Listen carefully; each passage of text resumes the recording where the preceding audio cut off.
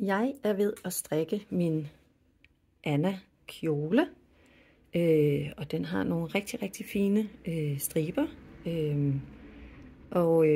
Hvis du har prøvet at strikke striber på rønpind, så ved du, at det godt kan give et hak herhenne, som er lidt ærgerligt at se på. Men det er der selvfølgelig også en lille metode til, at man kan undgå, så det vil jeg vise her. Så jeg har strikket hen til min omgangsstart, og jeg skal skifte til min grønne farve, og den har jeg liggende klar her. Og til at starte med, så vil jeg gerne sørge for, at mine masker ikke bliver meget lange herover, så jeg tager mit garn, og så fører jeg det rundt om den garnende fra det garn, jeg slutter af med.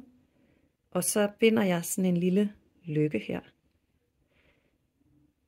Og det skal være sådan, at jeg kan binde det op efterfølgende, så du skal ikke binde en knude, men bare en lykke. Og den fører jeg helt op til, så den bliver helt stram. Og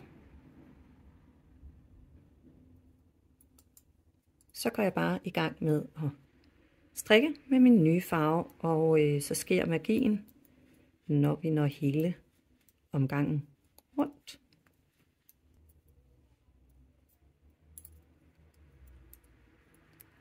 Så er jeg nået hele vejen rundt, og jeg flytter lige min markør til omgangsstarten, og så er det nu magien sker.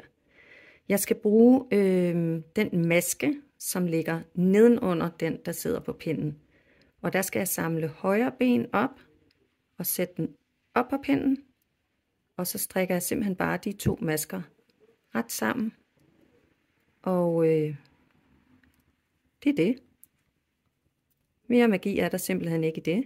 Og når jeg så kommer et par gange rundt, ligesom I kan se her nedenunder, så kan man faktisk ikke se, hvor jeg har strikket det ene, og hvor jeg har strikket det andet. Og så får det en rigtig flot overgang. Så god fornøjelse med det.